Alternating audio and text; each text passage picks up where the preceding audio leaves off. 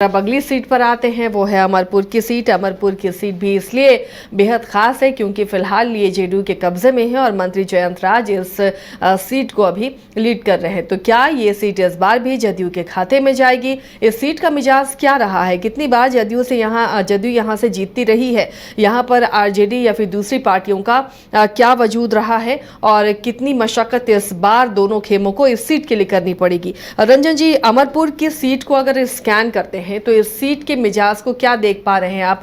क्या वहां पर फैक्टर काम करता रहा है? देखिए, जब आप अमरपुर की सीट को देखती हैं तो आप ये चीज देखती हैं कि ये जो सीट है यहां पर भी कांग्रेस का दबदबा उस तरह का नहीं रहा है जैसे कि अन्य सीटों पर देखने को मिलता है उनके इतिहास की वजह से। हालांकि कांग्रेस जो है यहाँ पर 16 में से 4 चुनाव जीतने में कामयाब रही है, लेकिन आरजेडी, जेडीयू और वही चीज़ें जो मैं कहता हूँ कि यहाँ पर भी जो सोशलिस्ट लोग हैं उनका वर्चस्व जो है वो दिखा है, वो ज़्यादा बार चुनाव जीतने में कामयाब हुए हैं। दिलचस्प बात यह है कि अमरपुर से जयंत राज जो है 2020 में पहली बार जेडीयू के टिकट पर चुनाव लड़े थे और पहली बार जीतने के बाद ही नीतीश कुमार ने जब सरकार बनी तो उनको मंत्री पद दिया और पहली बार ही वो ग्रामीण कार्य मंत्रालय उनको सौंपा गया। उसके बाद फिर जो है जब जेडीयू का आरजेडी के साथ गठबंधन हुआ और फिर जब सरकार बनी तो एक बार फिर से उन्हें मंत्रालय मिला, लघु जल संसाधन मंत्रालय की जिम्मेदारी उन्हें दी गई और इस बार जो है उन्होंने अपने क्षेत्र के लिए एक महत्वपूर्ण काम किया। भूमि पंजीकरण के मामलों से निपटने के लिए उन्होंने अमरपुर में क्षेत्रीय रजिस्ट्री कार्यालय की स्थापना कर दी, तो इससे जो है यहाँ के लोगों को एक सुविधा हुई है। फिर आरजेडी से गठबंधन टूटा, फिर बीजेपी से गठबंधन हुआ और तब जो है इनको भवन निर्माण मंत्री जो है वो बनाया गया है। तो पहली बार के विधायक हैं और इतना विश्वास है, वो ये बताता है कि नीतीश कुमार का जयंत राज पर पूरा भरोसा है, उनके चहेते मंत्री हैं। क्योंकि ऐसा भी देखने को मिला था, वो शुरुआती क्षण थे इस सरकार के जब ये मंत्री थे और उस वक्त बीजेपी के ही कुछ विधायकों ने सदन में इनको घेरने की कोशिश की थी, तो इनके समर्थन में खुद सीएम नीतीश कुमार उठकर खड़े हो गए थे और उन्होंने उन विधायकों को सुनाया था और उन्हें उनके मंत्री रहते काम करने की याद दिलाई थी। तो इन सारी चीजों को आप देखें तो ये लगता है कि नीतीश कुमार के जो हैं वो इनको पसंद करते हैं जयंत राज को, और इसलिए ये नहीं दिखता है कि नीतीश कुमार ये सीट छोड़ने वाले हैं किसी और के लिए, क्योंकि जयंत राज को लगातार मंत्रालय देना, उन पर इतना विश्वास जताना, ये दर्शाता है कि अमरपुर की जो सीट है वो एक बार फिर से जेडीयू ही लड़ने वाली है और जयंत राज ही उसके उम्मीदवार होंगे। लेकिन जब जयंत राज ही उम्मीदवार होंगे तो 2015 में जब चुनाव हुआ था तब यहां पर बीजेपी के मृणाल शेखर जो है वो चुनाव लड़े थे और बढ़िया चुनाव लड़े थे और उस वक्त जो है जनार्दन मांझी ने, जो कि जेडीयू के ही थे, उन्होंने जीत हासिल जरूर की थी, लेकिन तब मृणाल शेखर जो है वो 40% से ज्यादा वोट लाने में कामयाब हुए थे। आपको यहां पर यह बता देता हूं आगे बढ़ने से पहले कि जनार्दन मांझी जो हैं वो जयंत राज के पिता हैं।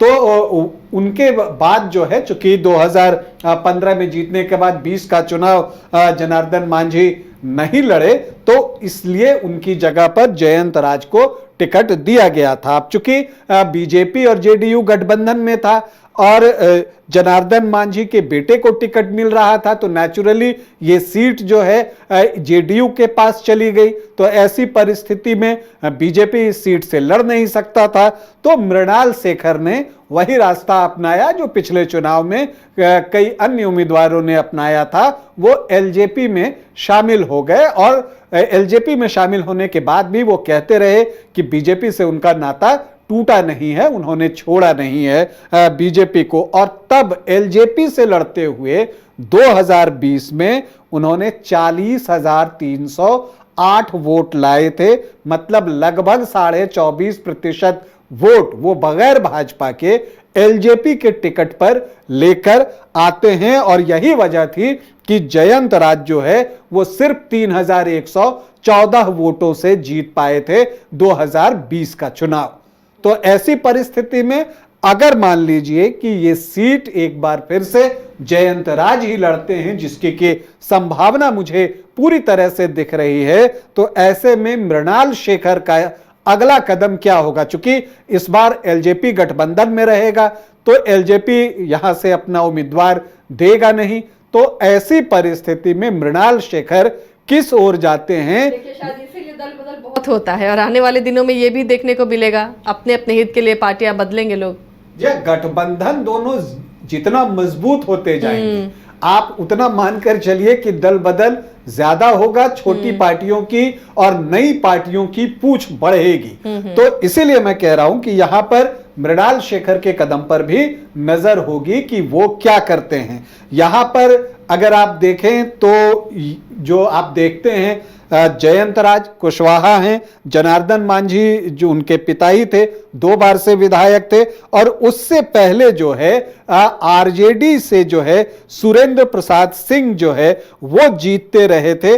वो लगातार 4 बार जीते थे, हालांकि 1995 में जनता दल के टिकट पर जीते थे, लेकिन एक बार आरजेडी बन जाने के बाद जो है 2000 में और 2005 के दोनों चुनाव में वो आरजेडी के टिकट पर ही जीते थे सुरेंद्र प्रसाद सिंह, वो भी कुशवाहा ही थे।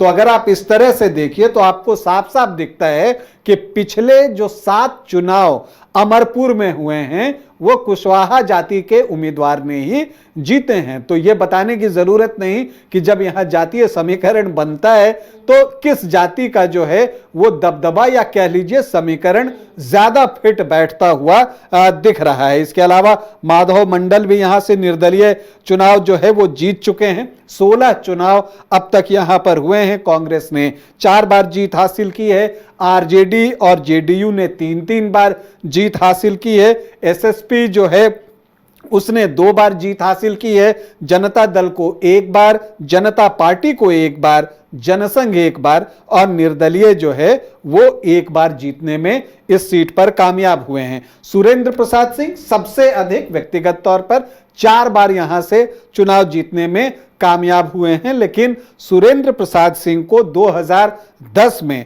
जयंत राज के पिता जनार्दन मांझी ने ही पराजित किया था और उसके बाद जो है उनकी एक तरह से राजनीति में एग्जिट हो गई सुरेंद्र प्रसाद सिंह की। जनार्दन मांझी 2 बार जीते हैं, नीलमोहन सिंह 2 बार जीते हैं, जनार्दन यादव 2 बार जीते हैं, सुखनारायण सिंह 2 बार जीते हैं और शीतल प्रसाद भगत भी यहां से 2 बार चुनाव जीते हैं। अगर अमरपुर में क्षेत्र की बात करें तो हम आपको बता दें कि शंभूगंज और अमरपुर ये 2 प्रखंड जो हैं वो अमरपुर के अंतर्गत आते हैं। कोयरी, मुस्लिम, राजपूत और यादव ये निर्णायक हैं। इसके अलावा भूमिहार, ब्राह्मण, रविदास और कुर्मी भी यहां पर अच्छी संख्या में हैं और वैश्य समाज का भी अपना एक प्रभाव है और वो प्रभाव भी अच्छा है। तो जो जातियों का समीकरण है वो आपको दिखाता है कि यहां पर MY समीकरण जो है वो एक तरफ बनता दिखता है। मुस्लिम और यादव का समीकरण जो है वो आपको दिखता है, चूंकि यादव भी डबल डिजिट में है, तो डबल डिजिट में अगर उनका प्रतिशत है तो उनकी संख्या अच्छी है और जो मुस्लिम वोटर्स हैं उनका भी जो मत है वो भी डबल डिजिट में है प्रतिशत के अनुसार। तो अगर इन दोनों को आप जोड़ दें तो एक अच्छी संख्या गठबंधन के लिए हो जाती है। लेकिन जो गठबंधन की राजनीति का एक पेच मैं देख पा रहा हूं कि आप देखिए, आप देखती हैं कि सुरेंद्र प्रसाद सिंह आरजेडी के टिकट पर 3 बार लगातार जीते, उससे पहले 1995 में जनता दल के टिकट पर जीते, तो वो एक समाजवादी विचारधारा ही आप कह लीजिए लालू यादव के साथ ही वो दिखे थे और 2010 में भी वो दूसरी पोजीशन पर थे। लेकिन यहां पर जो गठबंधन का जो खेल होता है उसके तहत 2015 में ये सीट जेडीयू को गई और यहीं से आरजेडी का साथ इस सीट से छूट गया, क्योंकि 2015 में उसने ये सीट जो है जेडीयू के लिए छोड़ी तो कांग्रेस ने 2020 में उससे ये सीट ले ली और आरजेडी पिछले 10 सालों से यहां चुनाव नहीं लड़ रहा है, जबकि यहां पर उसका प्रदर्शन अपेक्षाकृत जो है बहुत बेहतर रहा है।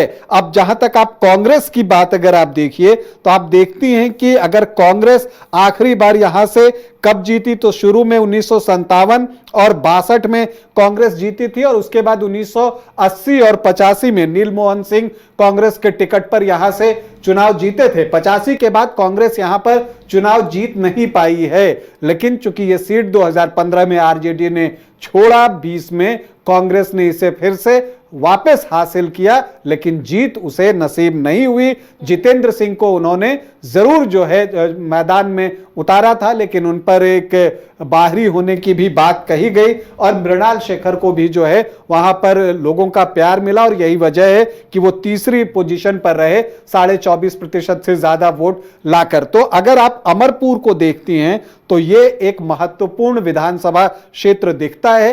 बांका लोकसभा के अंतर्गत अमरपुर की सीट आती है और बांका जिला में ही अमरपुर की ये सीट है। तो इस सीट पर जो है बहुत कुछ निर्भर करेगा। जनार्दन मांझी की बात करते हैं तो वो दिग्विजय सिंह के भी बहुत क्लोज थे, जो बांका से लोकसभा का चुनाव लड़ते थे। तो वहां पर भी एक चीज दिखती है, तो एक रिश्ता वहां पर बनता हुआ दिखता है और नीतीश कुमार के बहुत करीबी रहे, चाहे जनार्दन मांझी थे या अब उनके बेटे हैं जयंत राज। तो यहां पर आप मानकर चलिए अमरपुर में जेडीयू जो है अपना पूरा जोर लगाने जा रहा है। सामने महागठबंधन के सामने चुनौती होगी कि जो पिछली 3 बार से उसने सीट नहीं जीती है, वो किसी भी तरह से जेडीयू को जीत का चौका लगाने से रोके। चलिए, तो देखना होगा कि यहाँ पर कैसे जातीय समीकरण को साधता है अब इंडिया ब्लॉक, क्योंकि बिहार से कहा जाता है कि जाति है कि जाति नहीं। तो देखना है किस तरह यहाँ का चुनाव होता है। फतुहा और अमरपुर को हमने स्कैन किया है, बहुत दिलचस्प मुकाबला इन दोनों विधानसभा सीटों पर, और यहाँ पर क्या आने वाले दिनों में और राजनीतिक खेला होता है, किस तरह राजनीतिक करवट लेती है, कौन किस खेमे में जाता है, उस पर भी हमारी नजर बनी रहेगी और वो अपडेट भी आप तक पहुँचाते रहेंगे। फिलहाल सिटी स्कैनर में इतना ही, लेकिन खबरों के लिए आप देखते रहिए News 22 को। नमस्कार।